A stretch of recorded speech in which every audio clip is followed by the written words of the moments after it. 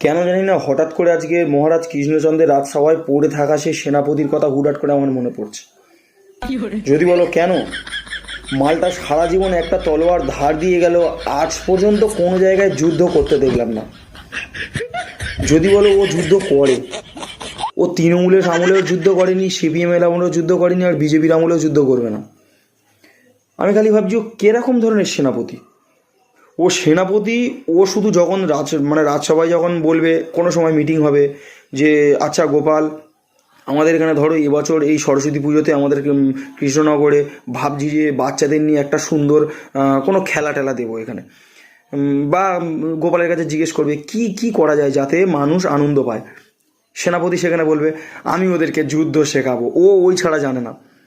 পণ্ডিত সেখানে কি বলবে, ওদেরকে এই সরস্বতী পুজোর সময় পুস্তক পুঁজি দান করবো। মানে যে যার ক্যারেক্টার স্কিল দেখাবে। মন্ত্রী কিন্তু কোনো সময় কিচ্ছু বলে না, মন্ত্রী বলবে না যে আমি চুরি করা শেখাবো, ওটা বলবে না। আচ্ছা, মোদ্দা কথায় যেটা ছিলাম, সেনাপতির কথা ছিলাম। কোনোদিন আজ পর্যন্ত দেখেছো এতবার যুদ্ধ হচ্ছে? যুদ্ধ খুব কম দেখায়, খুব রেয়ার। দু একটা এটা দেখিয়েছে, সেই ইংরেজদের সঙ্গে দু একবার ঝামেলা হচ্ছে, তো আর সেনাপতি গাঁড় নিয়ে এসে দাঁড়িয়ে আছে রাজার কাছে। আর যুদ্ধের মাঠে নেমে আছে কে জানো? গোপালের নাতি নাতনিরা, পুঁটি, ন্যাবলা, গুলটে, গোপাল। আমি খালি ভাবছি এরকম একটা ভুঁড়িওয়ালা বুড়ো, সে যদি যুদ্ধক্ষেত্রে আমরা কাবলা কেটে দিতে পারে, সেখানে সেনাপতির আমি কী জন্যে রাখবো? আমি রাজা মশাইয়ের বলি, এরকম সেনাপতি আমার রেখে লাভ কি?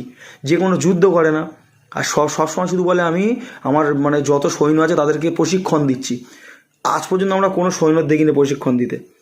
আর শুধু বলে আমি মুগুর ভাজছি, তেলে নয়, মুগুর নিয়ে যেরকম ব্যায়াম করে সেরকম আর কি। শুধু বলে ও ব্যায়াম করছে। এদিকে মন্ত্রীর সঙ্গে যুদ্ধ হওয়ার সময় সে শুধু মন্ত্রী জড়িয়ে ধরতে পারে, তাছাড়া আর কারোর সঙ্গে কিছু করতে পারে না।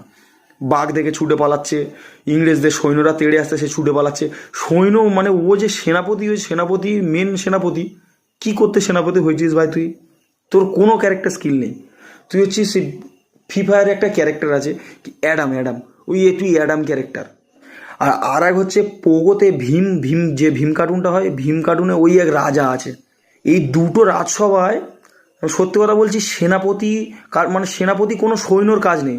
পোগোতে যদি কোনো গন্ডগোল হয় সেখানে থাকায় ভীম, আর এই শনিয়াটে যদি কোনো গন্ডগোল হয় সেখানে থাকায় গোপাল। সেনাপতি কি ভাল করবে? কমেন্ট করে জানাও এরকম সেনাপতি কি তোমাদের দরকার, যদি তোমাদের দেহরক্ষী চাও এরকম ধরনের।